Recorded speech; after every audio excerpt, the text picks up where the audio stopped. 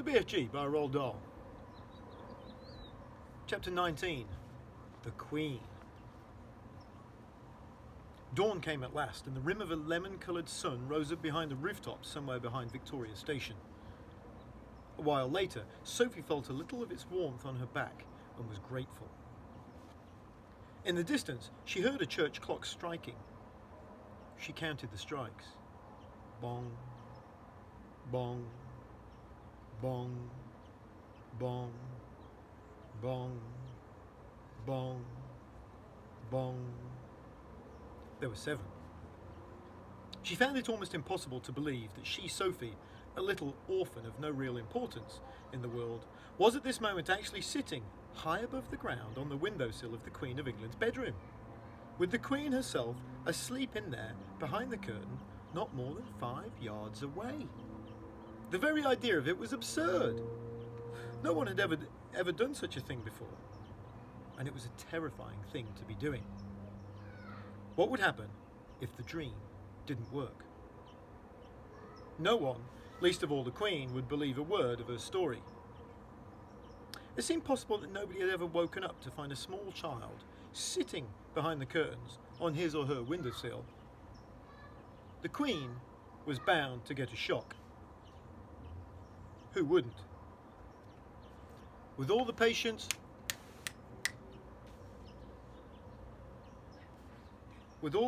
of a small girl who has something important to wait for, Sophie sat motionless on the windowsill. How much longer? She wondered. What time do queens wake up? Faint stirrings and distant sounds came to her from deep inside the belly of the palace. Then all at once, beyond the curtains, she heard the voice of the sleeper in the bedroom. It was a slightly blurred, sleep talker's voice. Oh no! No! Don't! Someone stop them! Don't let them do it! I can't bear it! Please stop them! It's horrible! Oh, it's ghastly! No! No! No! She's having the dream, Sophie told herself. It must be really horrid. I feel so sorry for her, but it has to be done. After that, there were a few moans. Then there was another long silence. Sophie waited. She looked over her shoulder. She was terrified that she would see the man with the dog down in the garden staring up at her. But the garden was deserted. A pale summer mist hung over it like smoke. It was an enormous garden, very beautiful, with a large, funny-shaped lake at the far end. There was an island in the lake, and there were ducks swimming on the water. Inside the room, beyond the curtains, Sophie suddenly heard what was obviously a knock on the door.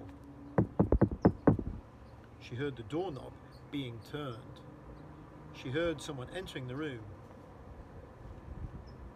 "Good morning, Your Majesty," a woman was saying. It was the voice of an oldish person. There was a pause and then a slight rattle of china and silver. "Will you have your tray on the bed, ma'am, or on the table?" "Oh, Mary, something awful has just happened." This was a voice Sophie had heard many times on radio and television, especially on Christmas Day.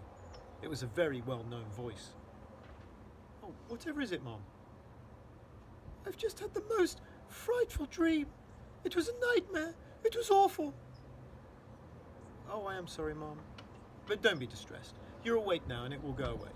It was only a dream, Mom." "Do you know what I dreamt, Mary? I dreamt that girls and boys were being snatched out of their beds at boarding school and were being eaten by the most ghastly giants. The giants were putting their arms in through the dormitory windows and plucking the children out with their fingers. One lot from a girls' school and another from a boys' school. It was all so vivid, Mary. It was so real." There was a silence. Sophie waited. She was quivering with excitement. But why the silence? Why didn't the other one, the maid, why didn't she say something? "What on earth's the matter, Mary?" the famous voice was saying. There was another silence. "Mary, you've gone as white as a sheet. Are you feeling ill?" There was suddenly a crash and a clatter of crockery, which could only have meant that the tray the maid was carrying had fallen out of her hands. "Mary," the famous voice was saying rather sharply, "I think you'd better sit down at once. You look as though you're going to faint.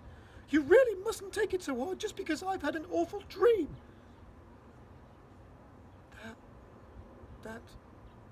That isn't the reason, Mom. The maid's voice was quivering terribly.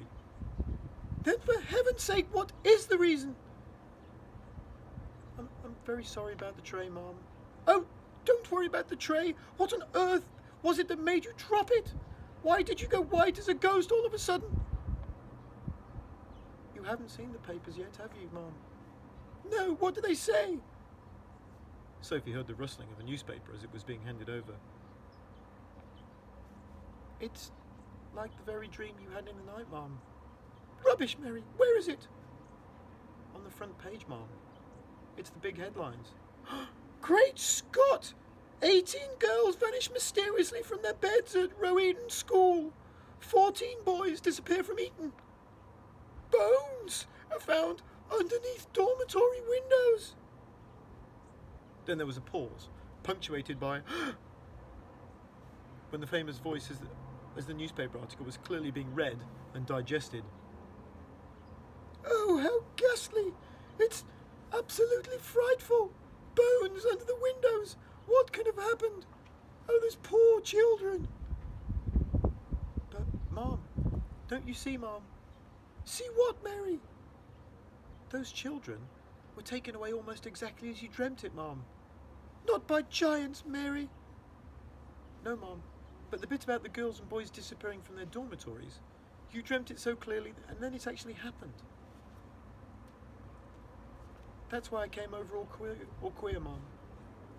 I'm coming over a bit queer myself, Mary. It gives me the shakes, Mom, when something like this happens. It really does. I don't blame you, Mary. I shall get you some more breakfast, Mom, and have this mess cleared up. No, don't go, Mary. Stay here a moment. Sophie wished she could see into the room, but she didn't dare touch the curtains.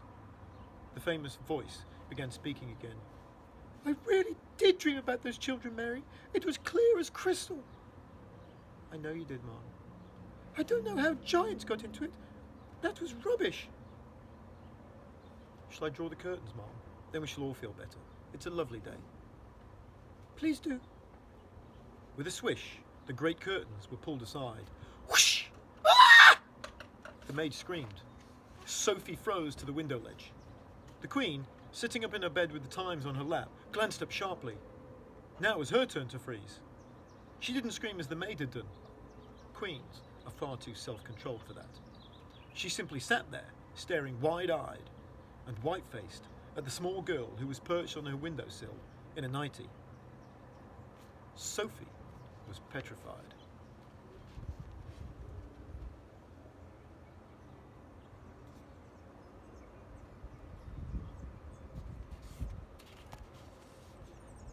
And there is the Queen. Curiously enough, the Queen looked petrified too. One would have expected her to look surprised, as you or I would have done had we discovered a small girl sitting on your windowsill first thing in the morning. But the Queen didn't look surprised. She looked genuinely frightened. The maid, a middle-aged woman with a funny cap on the top of her head, was the first to recover. What in the name of heaven do you think you're doing in here? She shouted angrily at Sophie. Sophie looked beseechingly towards the Queen for help. The Queen was still staring at Sophie. Gaping at her would be more accurate. Her mouth was slightly open, her eyes were round and wide as two saucers, and the whole of that famous, rather lovely face was filled with disbelief. Now listen here, young lady. How on earth did you get into this room? The maid shouted furiously. I don't believe it. I simply don't believe it. I'll take her out, Mom. At once, the maid was saying. No, Mary, don't do that. The Queen spoke so sharply that the maid was quite taken aback. She turned and stared at the Queen. What on earth had come over her? It looked as though she was in a state of shock.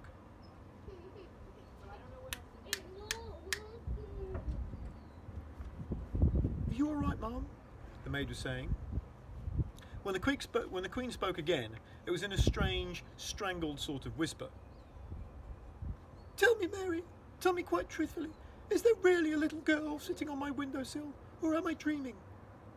She's sitting there, all right, Mom, as clear as daylight, but heaven only knows how she got there. Your Majesty is certainly not dreaming it this time. But that's exactly what I did dream.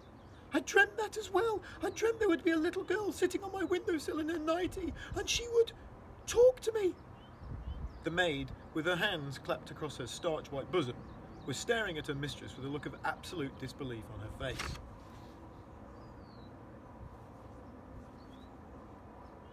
The situation was getting beyond her. She was lost. She'd not been trained to cope with this kind of madness. Are you real? The Queen said to Sophie. Yes, Your Majesty, Sophie murmured. What is your name? Sophie, Your Majesty. And how did you get up on my windowsill?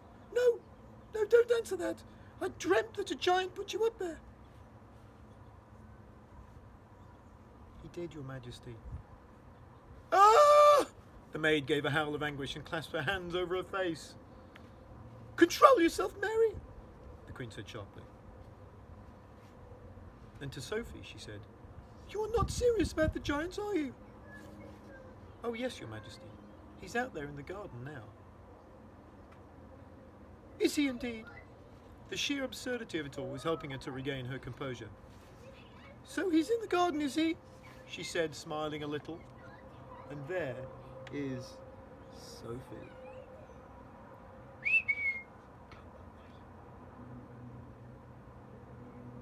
Can you do that round there, both of you? Thank you.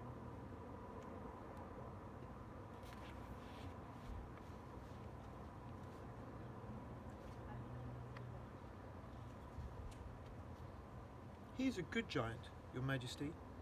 You need not be frightened of him. I'm delighted to hear it, said the Queen, still smiling. He's my best friend, Your Majesty. How nice. He's a lovely giant, Your Majesty. I'm quite sure he is. But why have you and this giant come to see me? I think you may have dreamt that part of it too, Your Majesty, Sophie said calmly. That pulled the Queen up short. It took the smile right off her face. She certainly had dreamt that part of it.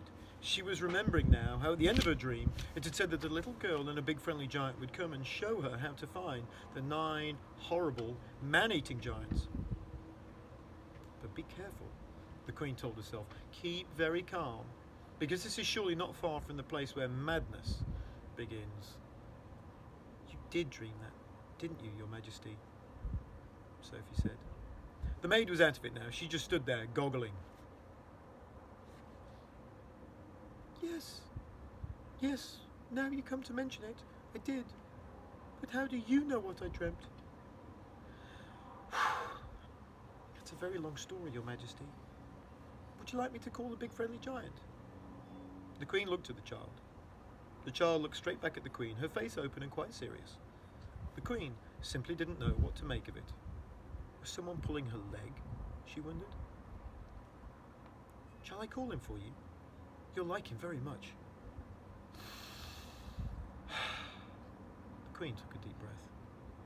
She was glad no one except her faithful old Mary was here to see what was going on. Very well. You may call your giant. No, wait a moment. Mary, pull yourself together and give me my dressing gown and slippers. The maid did as she was told. The Queen got out of bed and put on a pale pink dressing gown and slippers. You may call him now. Sophie turned her head towards the garden and called out, BFG! Her Majesty the Queen would like to see you! The Queen crossed over to the window and stood beside Sophie. And come down off that ledge. You're going to fall backwards any moment. Sophie jumped down into the room and stood beside the Queen at the open window. Mary the maid stood behind them. Her hands were now planted firmly on her hips, and there was a look on her face which seemed to say, I want no part of this fiasco. I don't see any giant. Oh, please wait. Shall I take her away now, Mom? The maid said. Take her downstairs and give her some breakfast, the Queen said. Just then, there was a rustle in the bushes, beside the lake. Shh! Then he came, 24 feet tall, wearing his black cloak with the grace of a nobleman. Still carrying his long trumpet in one hand, he strode magnificently across the palace lawn towards the window. "Ah!" screamed the maid. The Queen gasped. Sophie waved. The BFG took his time. He was very dignified in his approach. When he was close to the window where the three of them were standing, he stopped and made a slow, graceful bow. His head, after he had straightened up again, was almost exactly level with the watchers at the window. And there's the BFG walking across the lawn. Very dignified. "Oh, your Magister, I is your humbug servant." He bowed again.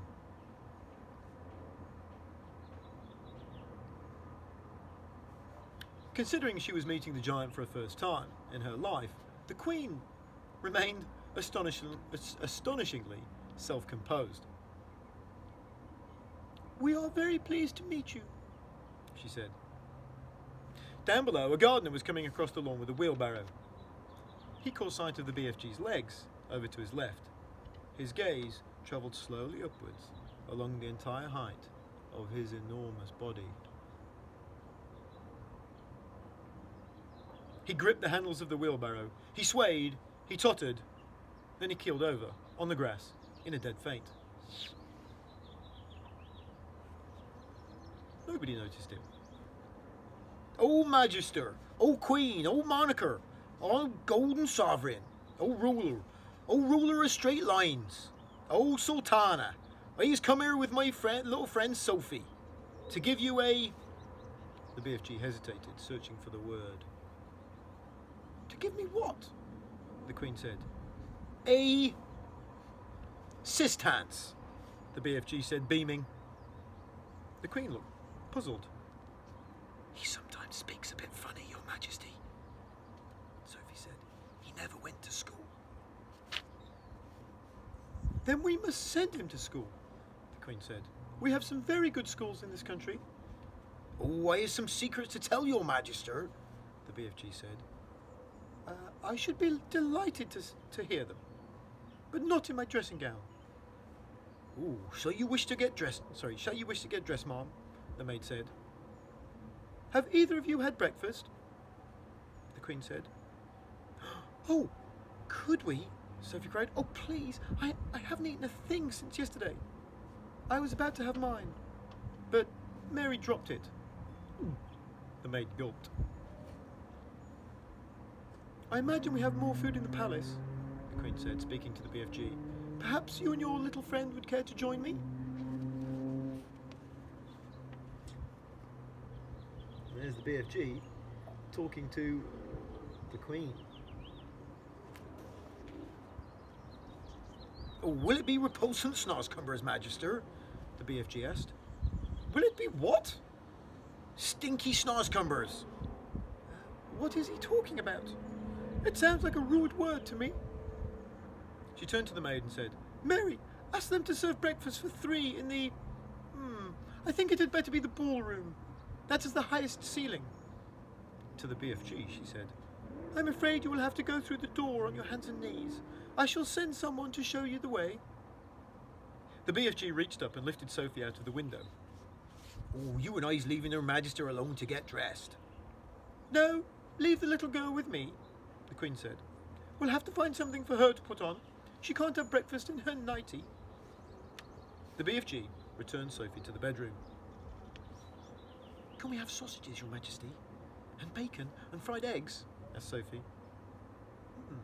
"I think that might be managed," the Queen answered, smiling. "Just you wait till you taste it," Sophie said to the BFG. "No more snozzcumbers from now on."